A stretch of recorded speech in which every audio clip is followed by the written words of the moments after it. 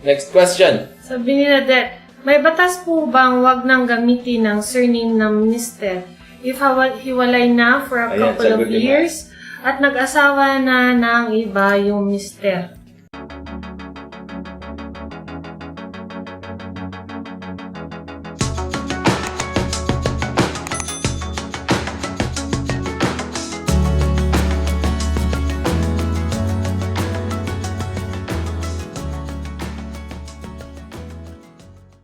Okay.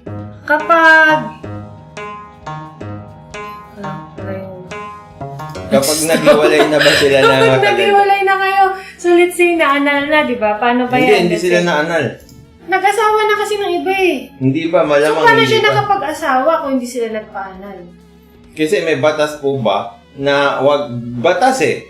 Wag nang gamitin if hiwalay na for a couple of years. Couple of years lang eh. Hindi naman nga... So let's say, what you mean is nag-asawa is may sinamahan lang iba. Meron lang partner na iba. Pero on paper, kayo pa din.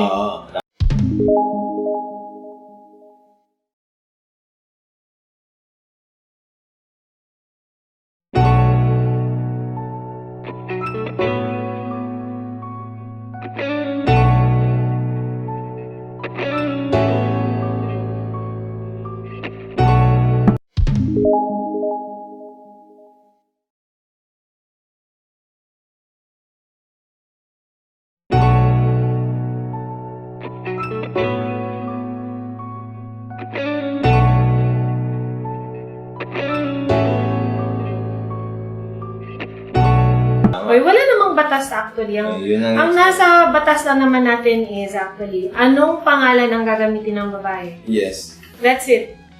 Okay? So, once na nag-asawa ka, anong pangalan ang gagamitin mo? Yun na naman ang sinasabi ng batas. So, I believe na if you're still married, yun ang pangalan mo once you've chosen. Yun ang pangalan mo. Unless hanggang mapalitan. Hiwalay na meaning. Hiwalay na talaga magpapaanal kayo. Puputulin na talaga ng batas, ng court ang inyong kasal, then you would have to revert to your single name. Kasi nga, hindi naman na kayo related to each other. Diba? Yes. So, ganun yun. And I don't think na you'd still want to keep the name kung naghiwalay na kayo. Ang alam But if you're still married and the separation is just de facto, so ibig sabihin, nagkalagyan na ng feelings, and move forward na yung isa, ganyan, nag-move on na, you cannot, kasi nga you're still married on paper. And you have chosen your married name when you got married. Nagpalit ka na ng pangalan. So, hindi mo papalitan yung pangalan mo. Regardless kung ilang years na kayo hiwalay, kung kasal ka o kayo.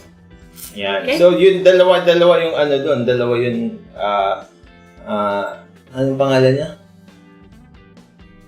Marites. Dalawa yung Marites. Sinadet. Ito.